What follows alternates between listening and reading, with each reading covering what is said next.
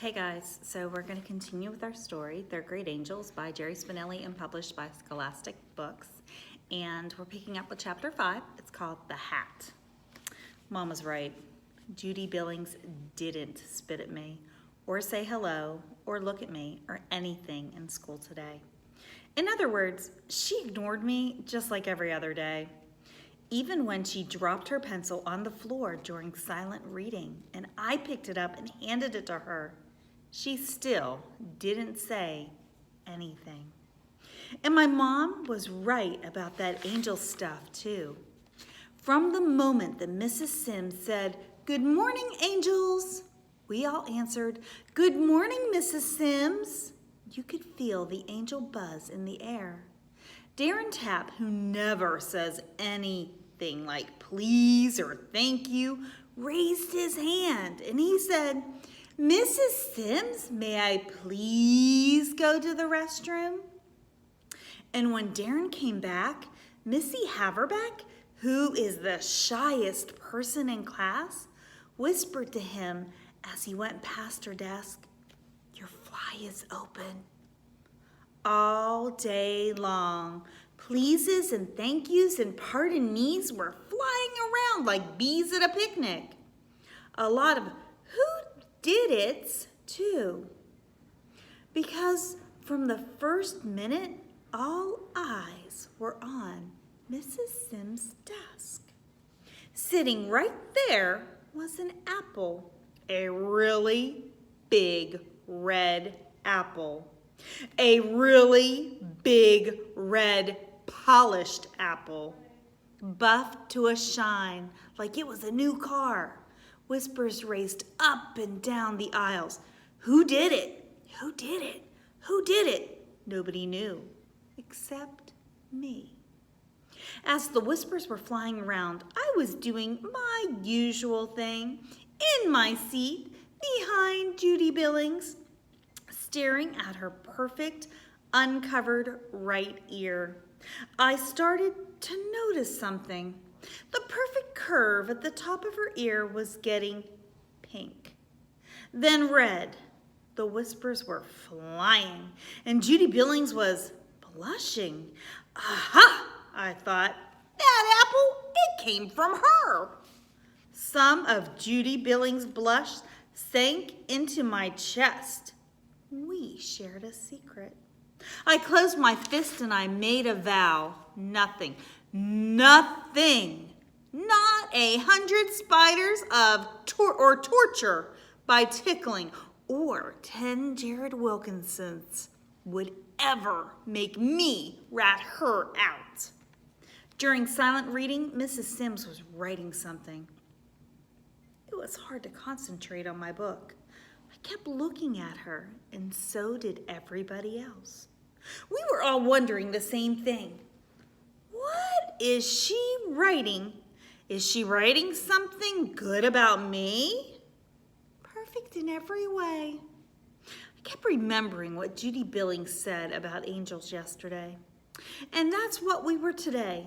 Perfect in every way. We sat straight in our chairs, we raised our hand for every question, and we stood to give our answers, and were quiet as mice the rest of the time. I kept reminding myself to keep my lip buttoned and not to blurt out stuff like I did yesterday. Only Joey was bad.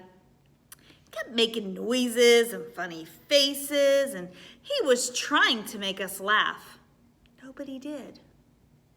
Even in the lunchroom, we were perfect. Everybody smiled at the lunch ladies and said thank you whenever we were handed something. And everybody chewed with their mouths shut, except Joey. Then came after lunch recess. Here's a picture of us sitting in our chairs. See how perfect we look? It was a warm and sunny day, but really windy. Swings were flapping when nobody sat on them. Basketball shots were curving. Besides the wind, everything was going pretty normal until a yellow baseball cap came flying onto the playground. On the other side of the fence, a lady in a sweatsuit had stopped, jogging in place. She was pointing to her hat, which had blown off and landed among a couple of us third graders. For a second, nobody moved. And then it hit us all at once. Good deed! Oh my! About 10 of us all pounced on the hat. There were so many hands, the best I could do was grab somebody's wrist. We were wrenching and pulling and twisting in 10 different ways. I got it! I got it! Let go! Uh-oh.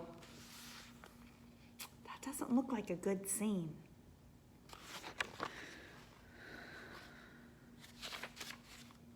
I was first. I was first. Ow! Suddenly, we all snapped apart like a broken wishbone. Eddie Shank was holding the rim of the cap. Dana Briggs was holding the rest. Somebody said, uh-oh.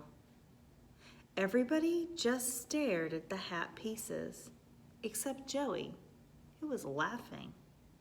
A screech came from the sidewalk. Whoa, you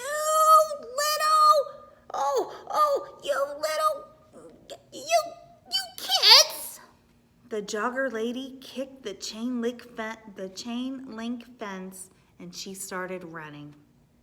Mrs. Sims was standing in the doorway just watching. Silence in the classroom. 2 pieces of yellow hat sat on Mrs. Sims' desk. In between them was an apple. That was a disgrace, said Mrs. Sims. Very unangelic behavior. Judy Billings raised her hand. Mrs. Sims didn't call on her. But Judy stood up and she spoke anyway. But I didn't do it. I was just watching. It sounded like she might cry. Mrs. Sims did not even look Judy's way. Judy sat down. You're all guilty, said Mrs. Sims. You're guilty of doing it. You're guilty of watching and not doing anything to stop it. How many of you went over to the lady and told her that you were sorry for the bad behavior of your classmates? No hands. Didn't think so. You're guilty of that too. She looked at us like we were burnt toast. Angels, This may be the first class where nobody gets a halo. Angels, you were no better than a pack of sharks after a piece of meat. Joey burst out laughing. Button it, Peterson. Button it, Peterson, said Mrs. Sims. Joey buttoned it. The rest of us stopped breathing. I guess it's just words, said Mrs. Sims. Angel talk? No angel do? This, she held up half a hat in each hand, will never happen again. Her eyes went up and down the rows, zapping each of us with a, yeah, you, glare. She put the half hats down. Got it? No sound came from us. We just boggled and nodded. We're going to have to pick up with chapter 6 later. Chapter 6 is called It Was True. See you later, boys and girls.